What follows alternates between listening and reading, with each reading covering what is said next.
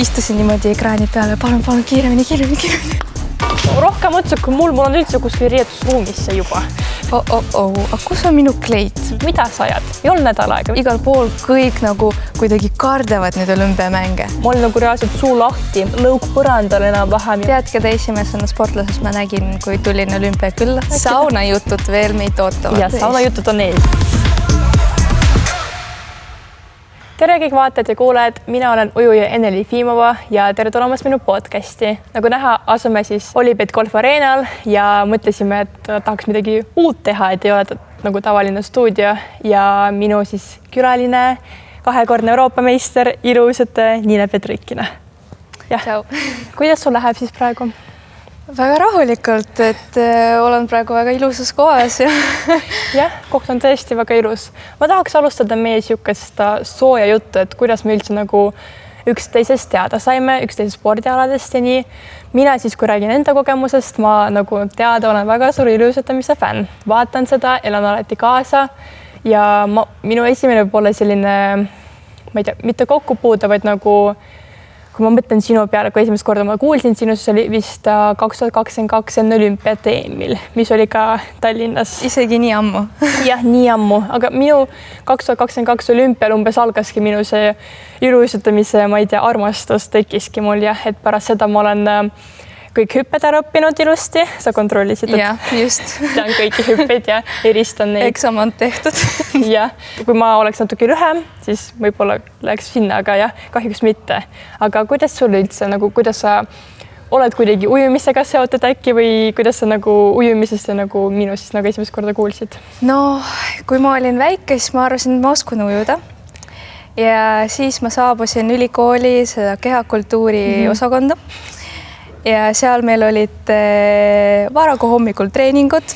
Siis ma sain aru ja sain teada, et ma ikkagi ei oska ujuda, sest kõik need normatiivid, mida nagu peaks tegema selleks, et seda ainet ära teha, ma ei suudaks seda teha. Siis ma olen nagu harjunud rohkem külma vee peal trenni teha või külmutatud vee, aga mitte just vee sees. Nii et jah, aga sinust ma hakkasin kuulma, ma arvan, et 2023. Ma arvan, esimest võistlust ma nägin just olümpiamängudel. Esimest korda, kui ma vaatasin, kuidas sa ujud ja istusin niimoodi ekraani peale, palun kiiremini. Tahtsin kuidagi sulle aidata. Aga jah, et esimest korda ma nägin sind ajakirjadest, et Ene Lifimov võitis seal. Ma olin nagu, kes on siis Ene Lifimov, kus igal pool võidab. Ja siis see oligi see olümpiaaeg minu arust. Ja siis ma vaatasin seda olümpiat, siis ma olin nagu vau, nii kiiresti. See oli just minu arust pärast minu ülikooli. Ma ei saanud seda lõpetada, kuna ma ei suutnud ujuda nii palju. Aga jah, see on sama nagu iluuisutamisega, et kõik spordialad on tegelikult omal poolt väga rasked. Aga räägime sellest, et millal me tuttavaks saime. Jah, no me esimest korda vist nägimegi, ma ei tea, ma olen siis sind vist korra nägin, kui ma käisin ise EM-i vaatamas eelmine aasta. Aga ma vaatasin meeste vabakava, kui see Tallinnas oli. Ja ma nägin siin kusagil kaugelt, siis olid seal ka olemas ju vabakava. Peaksin olema, jah. Võib-olla ma isegi andsin intekat seal väikses postis. Ma andsin ka, ma olin kutsutud nagu spetsialist. Ma nägin sind seal ka. See oli võib-olla esimene kord, kui me nägime üksteist elus. Ja, aga me nagu niimoodi ei näinud ja ma nägin sind kuidagi kaugelt. Ja, sama. Ja siis me saime tuttavaks esimest korda, kas spordiaasta tähtedel? Ma ei tea, ei ole vist. Me nägime üksteist, aga väga ei suhelnud. Nagu olnud ja näinud, aga suhtlesime vist esimest korda, kui me seda nagu alade vahetust tegime. Ja siis me nagu... See oli kõik õige. Ja siis me oli kohe nagu, ma oleks 1000 aastat tundnud üksteist ja nagu kohe mingid kossipid oli ja kohe oli nii palju rääkida. Ja me seal istusime saunas ja rääkisime isiklikust ennast. Sauna jutud ikkagi ja meil kõige tähtsamad jutud üldse, neid ei saa ära jätta.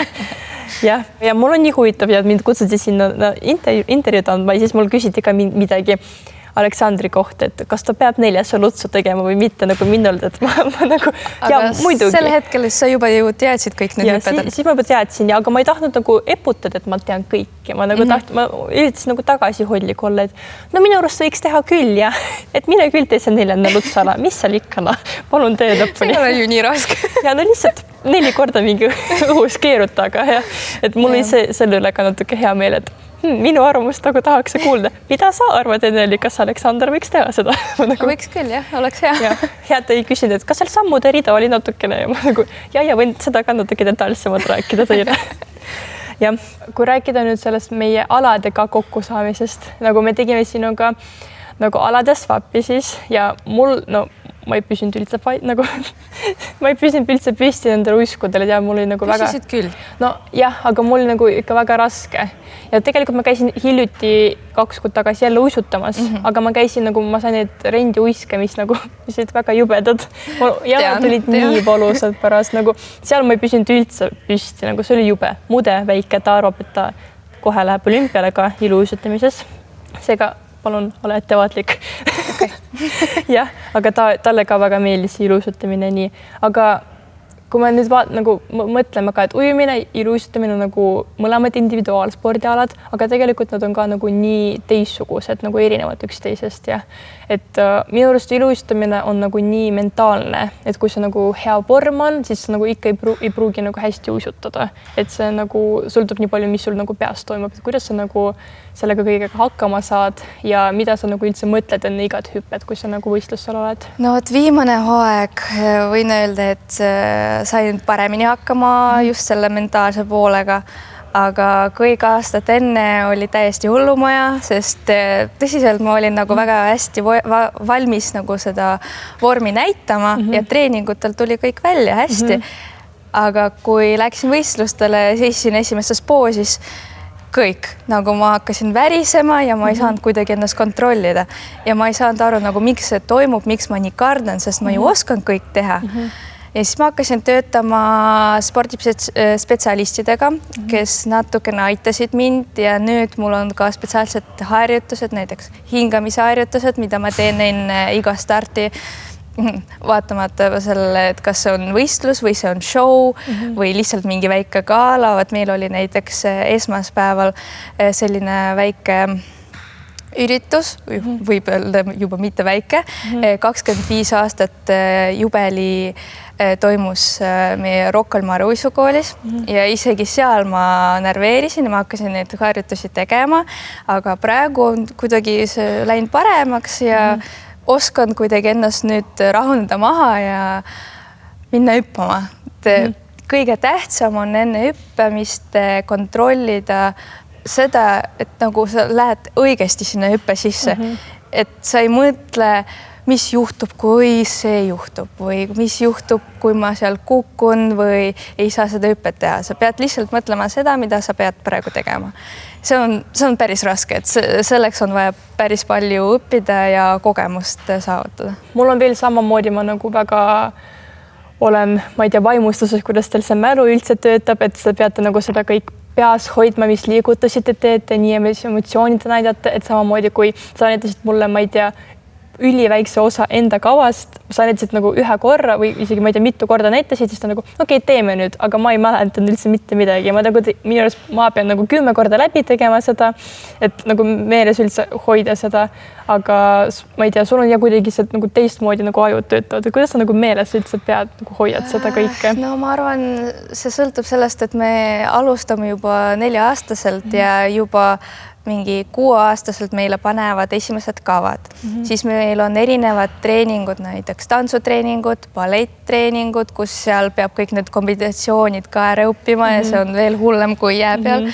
Ja mingid akrobaatiga tükked, et iga kord, iga treeningu ajal meil pea väga hästi töötab.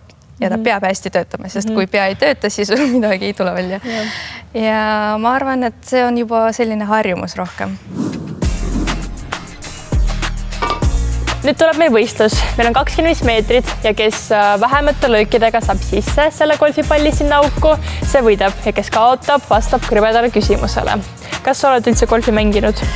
Ma olen proovinud jah, aga mulle väga see ei meeldinud, sest ma ei oska ja see, mida ma ei oska ja mulle ei tule nagu esimesest või teisest korrast, siis ma juba viskan. Ja no ma olen ainult minigolfi mänginud, ma esimest korda hoian seda keppi käes üldse, aga no alustame siis jah, ma ei tea. Sina võid alustada. Mina võin alustada, aitäh sulle. Natuke, okei. Väga huvitav. Kuulda välja. Seal ei ole mul võimalustki. Oi. Kuidas see sul otse läheb? Ta ei lähegi väga otse. Rohkem otse kui mul on üldse kuskil riietusruumisse juba. Ma läheks see veel kauga. Läks jah. Väga hea. No peaaegu. Okei. Nüüd ma hakkan närveerima. Ja natuke mõõda seda.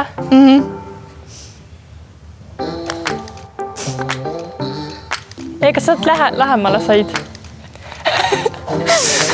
Tahtsin teha täiesti teist asja, aga noh. Nii, mis nüüd? Okei, väga aus mäng tõesti.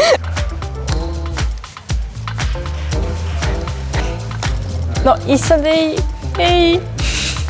Jah. Let's go! Okei, see on 5. Okei. Nii, jäime viiki 5-5, siis tuleb mõlemale küsimus. Ja see on väga huvitav küsimus. Pits ja präänik mõlemad on vaja mulle ja et mulle sobib, kui mulle öeldakse trennis, et väga halvasti oli, et tee uuesti. Ma küll ei ole väga rahul sellega, kui mind palutaks uuesti midagi rasket trenni teha, siis aga no ja aga see viib mind edasi, aga präänikut tahaks ka vahepeal saada ja seda muusas saan. Jah. See oli väga hea motivatsioon minu jaoks selleks, et näidata veel parema tulemust, sest tegelikult me ei konkureeri mitte üksteisega, aga inimestega, kes valib nagu meist. Need inimesed konkureerivad üksteisega, kes valib Enelit, kes valib mind, et 3 aastat järjest ta juba näitas, et ta on parim ja ma proovin seekord võtta revanši, sest ikkagi tahaks ka seal seista, hoida seda tatu jätkata.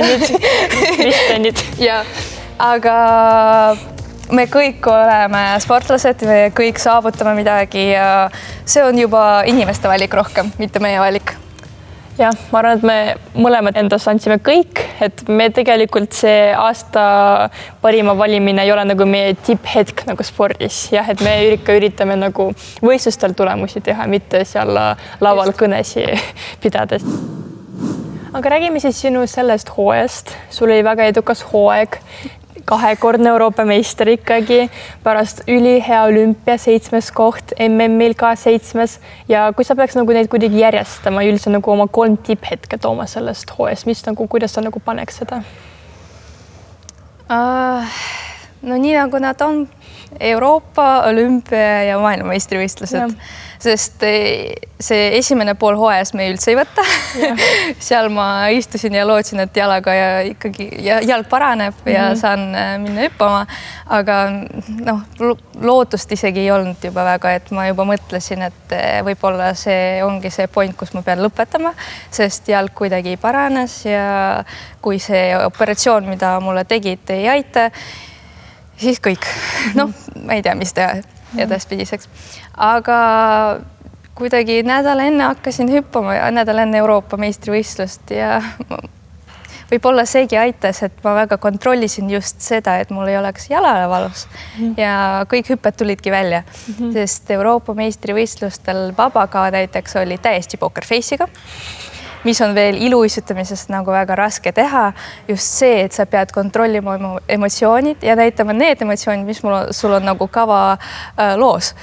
Ja see on üks selline raskematest hetkedest, kui sul on valus, sa tahad nutta või sul on selline disappointment ja sul ei tohi näidata need emotsioonid. Nii et Euroopa meistrivõistlused olid mitte nii rasket, nagu ma mõtlesin, sest ma kontsentreerusin rohkem jala peal. Aga juba olümpiamängudel see, et kõik räägivad, et see on olümpiamängud, igal pool on rõngad. Ja sul on praegu kaelas rõngad ikkagi. No jaa, on küll, aga need rõngad mulle aitavad. Need ma kunagi isegi duši all ei võta ära. Ma lihtsalt väga kardan kaotada nüüd. Nii et on väga nagu raske kontsentreeruda just enda peal ja nii nagu sa tavaliselt valmistad võistlusteks, sest igal pool kõik nagu kuidagi kardavad neid olümpiamänge. Ja seda on kõige paremini näha just favoriidide peal, sest millegi pärast favoriidid hakkavad kartma kõige rohkem. Aga teised kuidagi saavad hakkama paremini. Mina sain hakkama ja ma olen õnnelik, aga nagu kui mind küsivad, kuidas sa jäid rahul olümpiamängudega, siis ma ütlen, et oma sõitudega jäin rahul hästi, hinnadega mitte väga, sest minu arust ma sõitsin seda vabakava palju paremini kui Euroopa meistrivõistlustel, sest ma sõitsin hea emotsioonidega, ma suutsin isegi naeratada juba lõpus, et piruetid olid kiirem, hüpped olid kõrgem ja kuidagi hinne oli natuke väiksem. Nii, et kui ma arvasin, et kui ma saaksin sama nagu Euroopa meistrivõistlus, siis ma võib-olla oleksin 5. Aga mis juhtus, see juhtus, et ma ikkagi olen väga õnnelik, et ma sain hakkama selle stressiga ja tead, see hetk pärast olümpiamänge, esimene nädal oli veel okei, et kuidagi olin eelevil veel, aga teine ja 3. nädal õudne. Need 2 nädalat ma lihtsalt lamasin ja ma ei tahtnud tõusta püsti. Et kõik energia, mis mul oli enne, ta läks kuskile ära. Et jah. No kui rääkida siis nendest olümpiapingetest, siis ma käisin ka natukene olümpial ja mul oli näiteks see, et ma mõtlesin nendest võistlustest kui nagu tavalisest võistlusest, et ma üldse ei pannud tähele neid rõngaid. Ma nagu olin kuidagi enda mulli sees, ma ei käinudki teisi alasi vaatamas, ma käisin ainult ujumist vaatamas, kui ma ise ei ujunud ja mul oli et ma ei tea, võib-olla see on seotud sellega, et kui ma esimest korda käisin olümpial, siis ma olin 14-aastane ja siis ma ei saanudki aru, mis asi see on. See oli üldse mu esimene hooaeg, kui ma nagu võistlesin nagu tiitlikatel ja minu arust oli nagu bassein on ju sama ja kõik on ju sama, ma ei saa aru, mis siin on. Ja pärast et ma üritasin seda nagu kogemust pärast mu teisel olümpial ka kasutada. Aga et ma nägin su intervjuus ka, et sa nagu nutsid enne lühikava vist. Enne lühikava, ja et sul nagu emotsioon oli nii palju, et nagu üritasid välja lasta. Ma nutsin pärast ujumisi. Pärast on parem. Jah. Aga mul on ka starte ka olnud, kus ma enne olen ka nutnud. Kas sa nutsid nagu lihtsalt selle pärast emotsioone või sa nagu muretsesid millegi pärast? Ma muretsesin, sest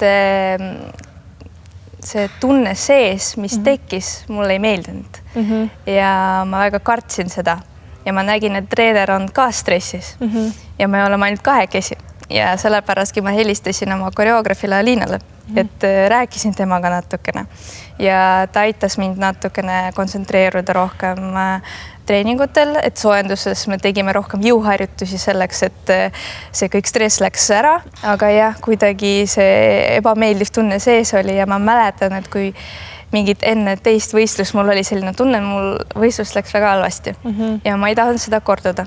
Sellepärastki ma proovisin leida kõik, mis nagu võiks mind aidata ja kuidagi sain hakkama, aga ikkagi natukene värisesin, aga seekord oli nii, et ma värisesin enne, mitte siis, kui ma juba hakkasin sõitma, et kui hakkasin seda lühikava sõitma, siis oli juba palju lihtsam, et ma kontrollisin lihtsalt kõik liigutused.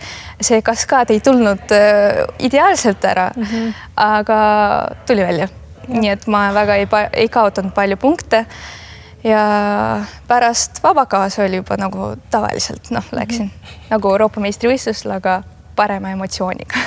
Kui me räägime nendest Euroopa meistritiitlitest, et kui et sa oled ka öelnud, ma olen ka kusagil öelnud, et esimest korda on võita muidugi on raske, aga teist korda sul juba ootavad seda, sul juba öeldakse, et mine nüüd kaitsema tiitlit ja nii, et see on nagu palju kordades raskem kui esimest korda võita. Et kui sa võrdled neid 2 Euroopa meistritiitlit, kas sul on mingi nagu üldse erinevus neil, kas see nagu, muidugi teine on see, et sa pidid nagu endast, ma ei tea. Üle hüppama. Jah, nagu mitte üle hüppama võib-olla, aga sul oli nagu väga palju takistusi tõesti. Nagu see esimene pool hooaega oli nagu, no jah, sa ei uisutanud põhimõtteliselt, ei teinud oma nagu neid tugevamaid hüppeid, et kas sul ikkagi erinevad emotsioonid, kui sa võrdled neid 2 medalit? No muidugi esimene oli mingi surprise minu jaoks, sest ma üldse ei arvanud, et see selline tulemus on võimalik, sest noh, nagu meil iluuisutamis on nii, et kui sul on suur föderatsioon, suur riik, siis sul on palju lihtsam võita midagi. Aga Eesti on väike, meil föderatsioon ka väike, et maailmas isegi mitte kõik teavad, mis on Eesti ja kus see asub, kui küsida. Nii et, aga ma arvan, natukene aitas see, et Euroopa meistrivõistlused toimusid just Eestis ja kuidagi see eelmisel hooajal, mitte see, mis praegu lõppes, aga eelmisel hooajal see esimene pool jälle mul läks ju halvasti, et võistlustel ka ma ei saanud ennast kontrollida, ei saanud nagu kuidagi hästi läbi iseendaga ja just Euroopa meistrivõistlustel oli see punkt või point, kus ma kuidagi võtsin kõik kokku ja tegin seda, mida ma pean tegema õigel hetkel. Ja see, et ma võitsin, oli midagi väga erilist ja ma ei usunud seda. Aga teinekord juba ma teadsin, et kõik on võimalik, et mina olen tegelikult tugev, lihtsalt ma ei tea, kuidas mul jalg saab sellega hakkama, sest need kaskaadid ja lutsflipid ma hakkasin hüppama ainult 1 nädal enne, aga see on väga väike aeg selleks, et treenida neid hüppeid ja üldse panna need kava sisse. Ja tavaliselt me teeme mingi 3 nädalat ettevalmistust enne suurt võistlust. Nii et ma arvan, et ma rohkem kontsentreerusin selle jala peale ja sellepärastki läks nagu palju lihtsam, et ma ei mõelnud, et ma pean seda tegema. Ma lihtsalt tahtsin näidata, et kõik on võimalik. Ja, ei no ongi võimalik, sa ju võitsid lõpuks. Nüüd ma tean, et isegi 1 nädalaga ettevalmistusega saab nagu võita. Jah, no võib-olla natuke rohkem ikkagi läheb aega, aga jah. Ei, muidugi, kui mul see parem jalg ei töötanud, ma ju ikkagi uisutasin vasaku jala peal. Mul oli naljakas vaadata, kuidas te vist Svetlanaga kuskil mõlemad intervjuud andsid ja siis sinna ütlesid, ja nädal aega tegime kõige ettevalmistus, siis Svetlana olid, mida sa ajad? Ei olnud nädal aega, me ikka trenni tegime, ei olnud niimoodi, et sa lavasid kogu aeg ja lihtsalt nädal aega enne hakkasid hüppama, mul oli nii naljakas.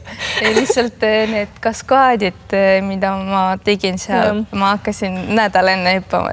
Minu jaoks see on ettevalmistus, tead, kui sa teed terve content, mis peab olema võistlustel, minu jaoks see on ettevalmistus. See, mis oli enne, no ja tegin seal jõuharjutused, uisutasin, aga see ei ole see, mis nagu võib aidata. Aga no, aitas ikkagi. Ja. Ma tahtsin sinuga veel rääkida tegelikult sellest, nagu sa juba mainisid ka, et favoriidid põlevad läbi olümpial ja no seda oli ka praegu näha olümpial Milano Cortinase iluuisutamises meeste seas, et ma tean, sina ka vaatasid, sa vist läksid järgmine päev peale seda lendasidki ja mina olin siis USA-s, aga ma vaatasin ka kõike ja me vist kirjutasime sinuga pärast, kui see siis Ilja Malinin, kes oli meil suur soosik olümpial, et on, ma ei tea, 2 aastat võitmatu olnud ja ainuke, kes üldse hüppab 4 akseli maailmas. Ma ei tea, kas sul on tema kohta midagi öelda? No kõigepealt, kui ma vaatasin seda sõitu, ma olin nii šokis, et ma ei saanud rääkida, siis ma pool tundi nutsin, sest kuidas nii on võimalik üldse, et juba mingid emotsioonid enne olümpiad tekkisid.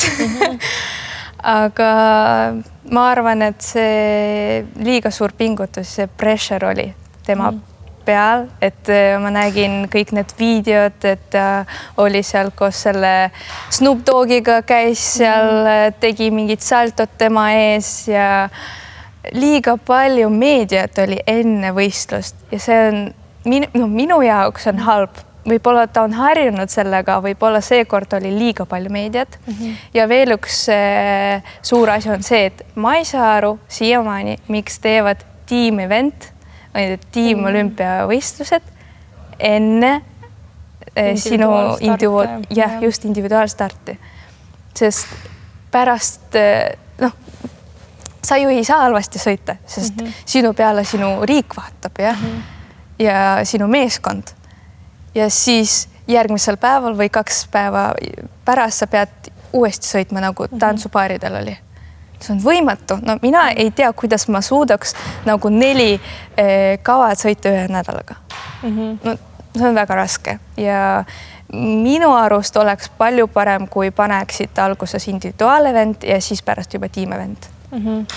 Mina vaatasin tegelikult nagu otse ronisin basseinist välja, mul enam-vähem oli trenn samal ajal ja siis mul käis arvutisse nagu pingi peal oli, et ma kogu aeg, kui ma seisma ma vaatasin ja siis pärast ma vist vaatasin viimast 3, kui mul juba trenn lõppes ja ma olin seal basseini äärel ja ma vaatasin ja ma nagu, kui ta selle esimese mingi vea tegi, ma olin juba nagu, ikka juhtub nagu, ta võidab niikuinii. No ja 4-kordne aksel olümpiamängudel, selline liblikas tuli, aga aga tal oli lihtsalt nii suur varu seal, nagu selle lühikavaga ka ja ma nagu mingi, nagu juhtub. Sama, jah. Ja see teine viga ma nagu, Siis ma olin nagu...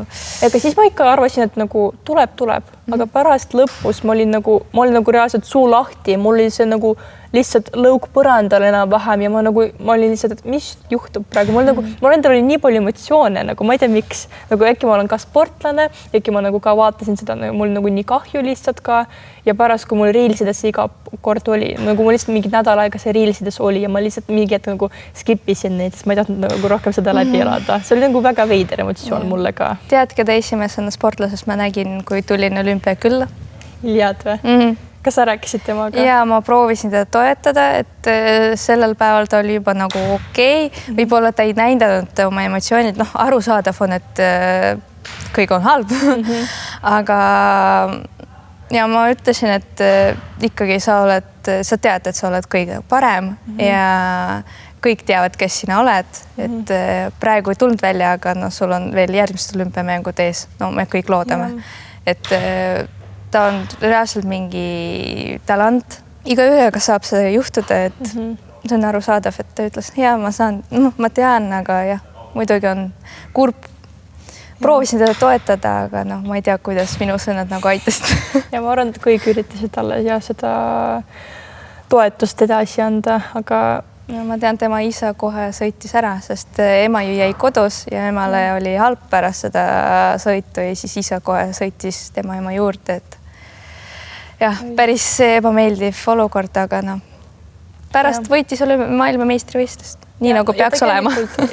Ja tegelikult tal on olümpiakuld olemas. Nagu ma saan aru, et see võib olla tiimevent. Nagu kuidas teil see vist ei ole päris sama? No vaata, medal on, aga tunne ei ole nii, et sa oled olümpiavõitja. Ma ei saa sellest rääkida, sest ma ei ole kunagi tiimeventis osa võtnud ja ma ei ole kunagi seda medali võitnud. Muidugi see on suur saavutus, et see tähendab, et teie tiim on nagu väga tugev ja kõik tegid väga head sõitu seal, aga lihtsalt just iluuisutamise individuaalmedal tähendab natuke rohkem kui see tiimmedal. Aga sa oleks tahtnud nagu, kui meil Eestis tuleb, nagu meil on naisüksiksõitja, meesüksiksõitja. Ja kõik. Aga meil oli ju nagu tantsupaar. Kunagi oli, aga rohkem ei ole ja paari ei ole ja millal nad tulevad. Ootame, kuni nad tulevad, sa pead veel nii kaua uisutama, et olümpial sa saaks tiimeventi ka sõita. Väga naljaga see nali. Ma ei suuda nii kaua. Aga sa ei tahaks nagu seda, nagu sa ei ole kunagi osalenud tiimeventis, kas sa nagu, see on ju, ma arvan, tore, nagu ma võrdlen seda enda spordil nagu teatena.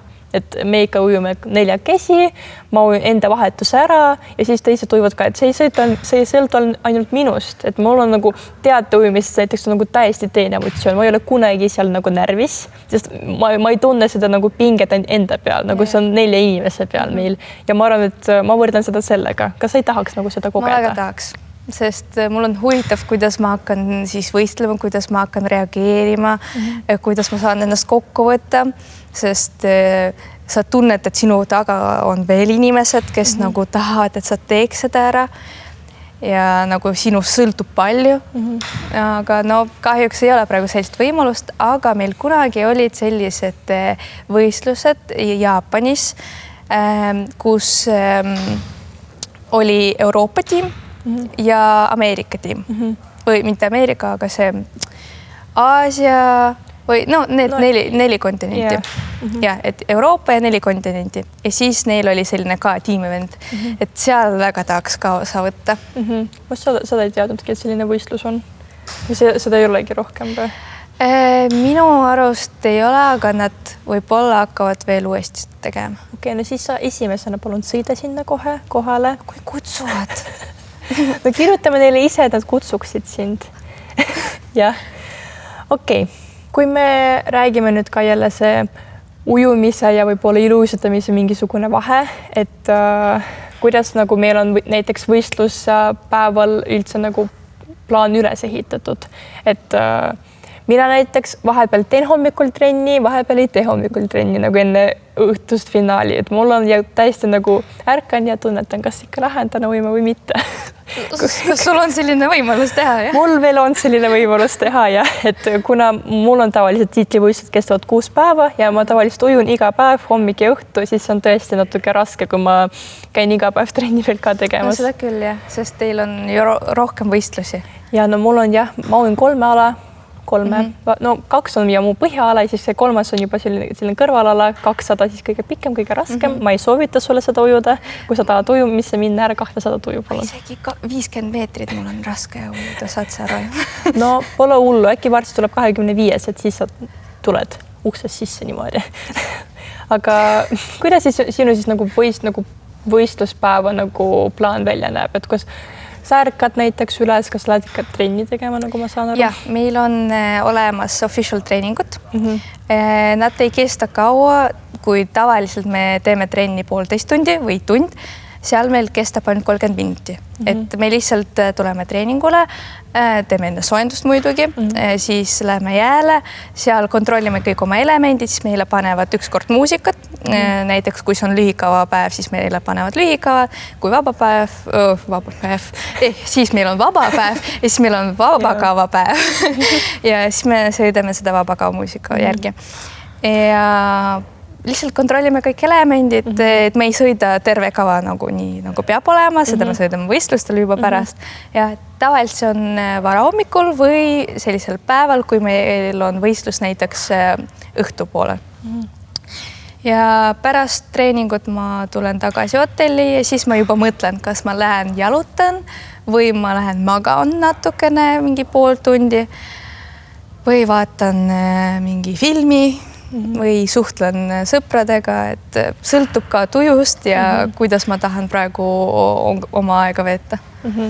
Jah, aga kui sa juba, kui palju varem enne oma starti sa jõuad nagu sinna areenile?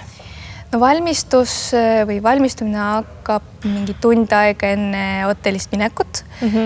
Minu ema tavaliselt tuleb minu tuppa, teeb mulle soengut, sellel ajal mina teen meiki ja siis me juba paneme asjad kokku ja sõidame kas bussiga või läheme jälgsi, see sõltub, kus see areen asub. Areenale teeme soojendus ja siis soojendus tavaliselt on mingi 50 minuti enne starti, et varem ma olen teinud soojendust nagu tund aega, praegu ma olen juba natuke vana ja ma ei jaksa nii palju, et ma pigem natukene laaman, teen venitusi, siis natukene hüppan. Kõige tähtsam on, et kõik lihased oleksid venitud ja soojaks ja soojad ja siis juba lähen valmistun jääl. Okei, sa rääkisid ka, et sa võib-olla teed 30 minutit uinakut ka enne. Ja. No, tavaliselt ma ei jaksa, ma ei jaksa, et ma ei saa normaalselt magada, et ma lihtsalt laaman 30 minuti ja kõik, sest süda sellel ajal sa laamad ja on nagu No ma teen 3-tunnilised uinakuid. 3 tundi? Jah. Kuidas sa pärast seda saad trenni teha või midagi? Ma nagu ärkan üles ja siis lähen ja ma ei tea, nii ongi. Aga ja mul oli siis EM-il detsembris ja 50 rinn oli eelujumine siis hommikul ja siis oli poolfinaal õhtul ja ma magasin 3 tundi selle vahel. Ma ei tea ja ma olin ka ülatupa nagu, issand, ärkasingi nii hilja, aga no pole hullu. Ma lihtsalt... Ei, mul treener ei luba rohkem kui 30 minuti magama. Ei, ma ei elaks üle, ma pean iga päev vähemalt 2 tundi magama.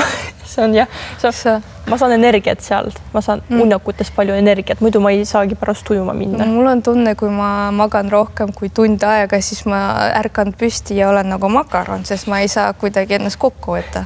No seda küll jah, aga aga ma õnneks ärkan natuke varem, kui mul võistlus tegelikult peale hakkab.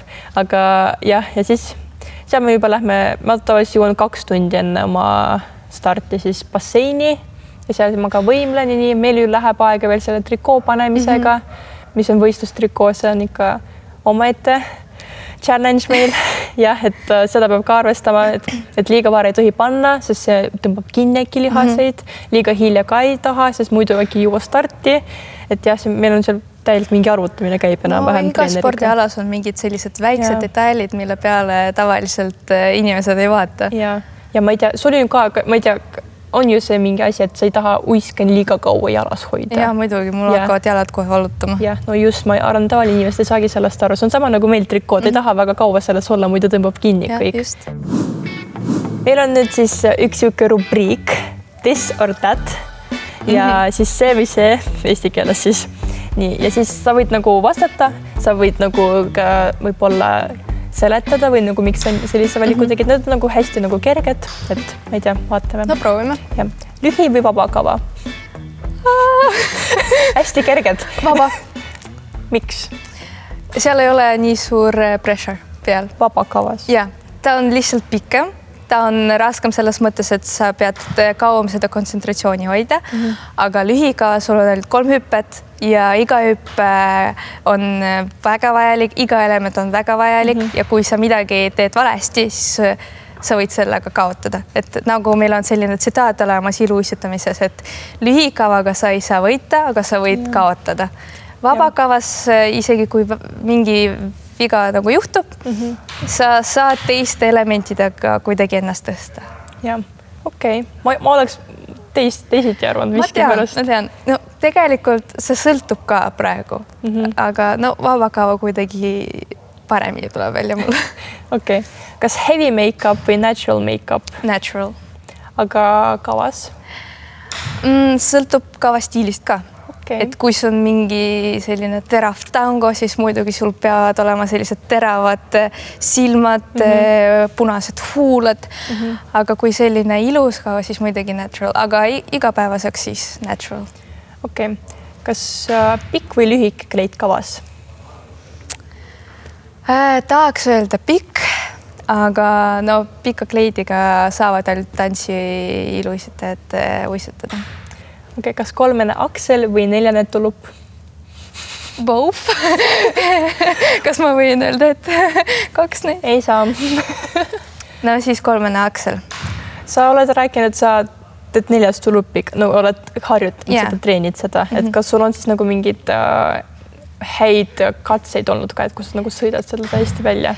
No väga hästi välja ei ole nagu veel maandunud, aga head katsed olid. Ja lihtsalt seda peab iga päev treenida, aga praegu meil olid üritused, kontserdid ja puhkus oli raske praegu, aga praegu hakkab see periood suvel, et peab nüüd võtma seda kinni ja püüma.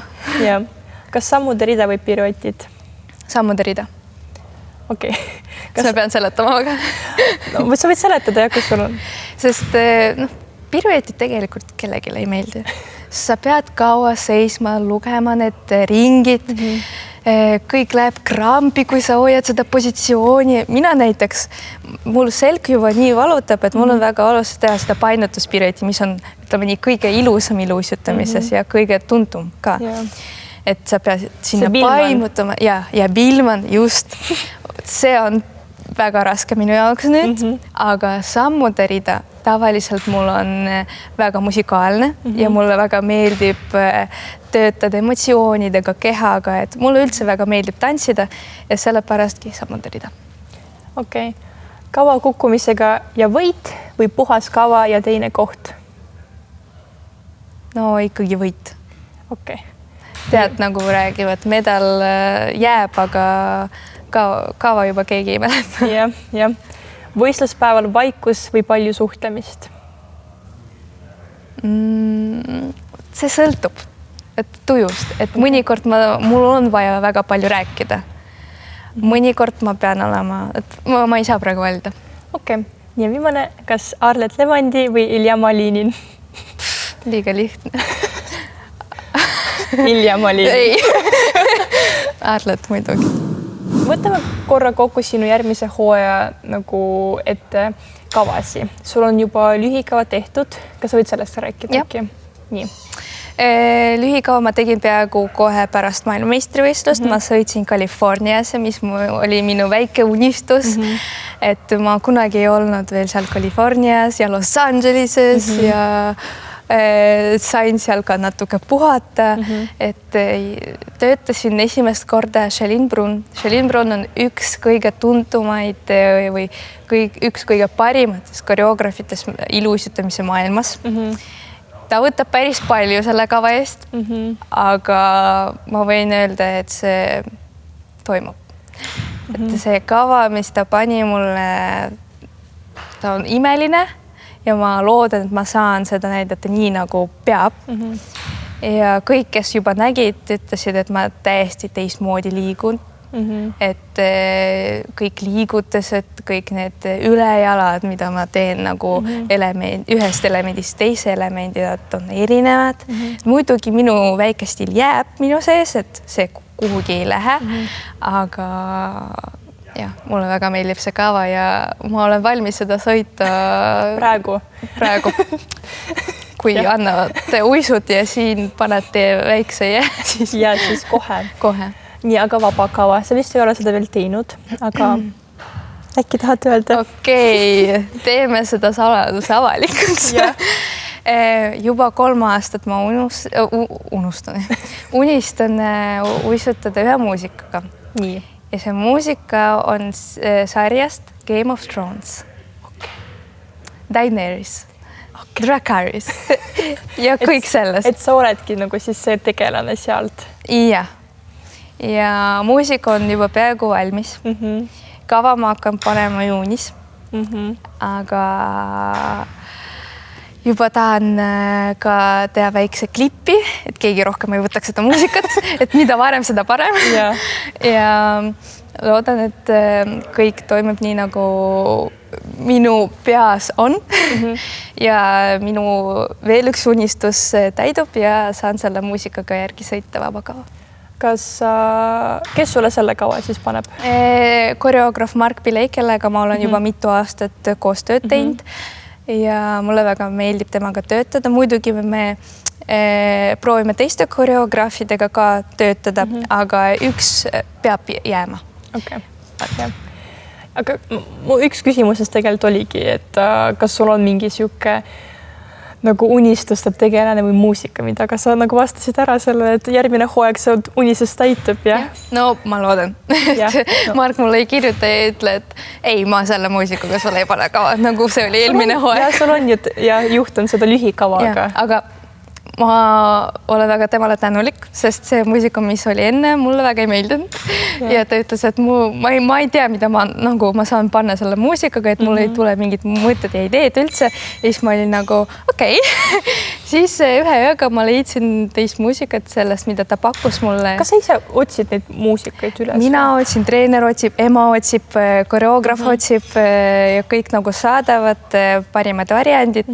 Ja ka ikkagi viimane sõna tuleb minust, sest ikkagi mina pean sõitma seda terve hooaeg ja kui ma tunnen seda muusikat ja mulle see meeldib, siis pole probleemi, aga kui ma seda ei tunne, siis mida ma saan näidata? Midagi. Kas sinu treenerid kuidagi osalevad ka sellest nagu, ma ei tea, kava panemises või nagu koreografeerimises või nagu? Alguses mitte, et alguses, kui ma sõidan näiteks seekord jälle sõidan Austriasse panema seda kava, et me teeme koos Markiga seda tööd ja pärast juba ma tulen tagasi, hakkan seda sõitma, siis me vaatame, mis on mugav, mis võib-olla ei ole väga mugav, proovime kuidagi muuta, kui ei saa iseseisvalt seda teha, siis ma helistan Markile ja me teeme temaga online ka mõned tunnid. Et nagu näiteks, et Aliina ütleb sulle, et ma tahaks, et su käsi näiteks selles hetkes oleks nagu rohkem, ma ei tea, niimoodi. Ma küll ei tea, kas see on niimoodi, aga nagu kuidagi nagu et see võib nagu... Aliina mulle väga aitab selles mõttes, et me töötame temaga tavaliselt iga nädal, võib-olla isegi mitu korda nädalas. Enne Euroopa meistrivõistlust oli nii, et me töötasime temaga terve nädal, iga päev. Ja see oli päris raske, sest Aliina väga nõudlik on ja ta ei anna mulle puhata. Ikkagi annab, aga meie töö läheb ainult edasi. Ei, väga tore. Ma soovin sulle edu, et sul tuleks unistus täita. Ja et sul Game of Thrones oleks sa väga hea, oled sa ise Dracarys? Et issa, ma tahan juba Kreiti näha tegelikult. Aga peab seda veel mõtlema välja. Ja meil on veel üks rubriik siis, aus spordihetk. Et üks spordihetk, kui sul, ma ei tea, oli piinlik või süke lõbus lugu, ma võin siis alustada. Minu natukene piinlik spordihetk. Et mina siis 2023 juunioride maailmameistrivõistlustel Iisraelis olime ja ujula oli miskipärast tunni kaugusel basseinis, hotellist ja ma juba bussis panin tähele, et mul ei ole akreditatsiooni kaasas. Ja ilma selle... Aga kuidas sa said bussi või teil ei kontrolli seal? Ja meil vahepeal ei kontrollita. Et mõned võistlused küll MM-il, nagu see on juunioride MM, see ei ole nagu nii nagu suur, aga ujulasse küll ilma selleta ei saa. Sest meil tavaliselt juba bussis kontrollivad. Meil on ka vahepeal, aga see on nagu rohkem nagu siuke täiskasvanud tiitlikatel. Ja siis ma mõtlesin, pekkis. Mu treener Henri on ka nagu kõrval, nagu keegi ei saa nagu midagi. Isegi kui Henri oleks tagasi läinud selle järgi, ta jõuaks, sest ma ju tulen 2 tundi enne starti kohale ja see ei ole kuidagi nagu võimalik. Aga õnneks meie füsio siis Liisi, ta oli meil kaasas seal ja ta läks lihtsalt meil minu tuppa hotellis. Õnneks ta läks hilisema bussiga tuli ja ta jõudis mulle selle akre kaasa tuua, nagu hotellist tuua ja tema ei ole veel enda akre kätte saanud ja ma läksin tema omaga sisse. Igatahes seal räige skeemitamine oli, kus ma mingi juba, aga korra mul olid nagu täiesti nagu ma ei tea, ma tundsin, ja nagu süda lihtsalt tuksus nii räigelt, et ma mõtlesin, issa, mis nüüd saab, sest Henri vaatas mind ka niimoodi, jälle. Nagu ei ole midagi uut. Ja, ma olen siuke natuke udu pea vahepeal, et aga õnneks jõudsin starti, aga tegelikult see terve hommik läks kuidagi nagu väga raskelt mul. Ma ei tea, see oli väga palav, ma ei saanud aru üldse, kuhu minema peab, ma olin kuidagi nagu ülikadunud, käin nagu võistlustel, ma ei tea, selle ujumisega tegelen juba, sa ei saa niimoodi saa aru, kuhu minna. Aga mis sinu siuke hetk oleks? Ma tavaliselt olen ka see inimene, kes igal pool midagi unustab. Praegu ei ole seda juba nii palju, et ma olen ikkagi täiskasvanud ja proovin jälgida oma asju, aga ikkagi mõnikord see ei tule välja.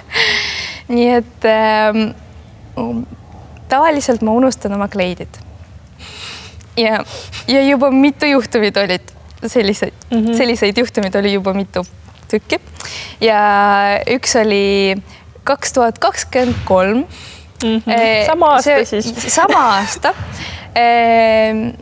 See oli Euroopa meistrivõistlus Espos ja mul oli trenn.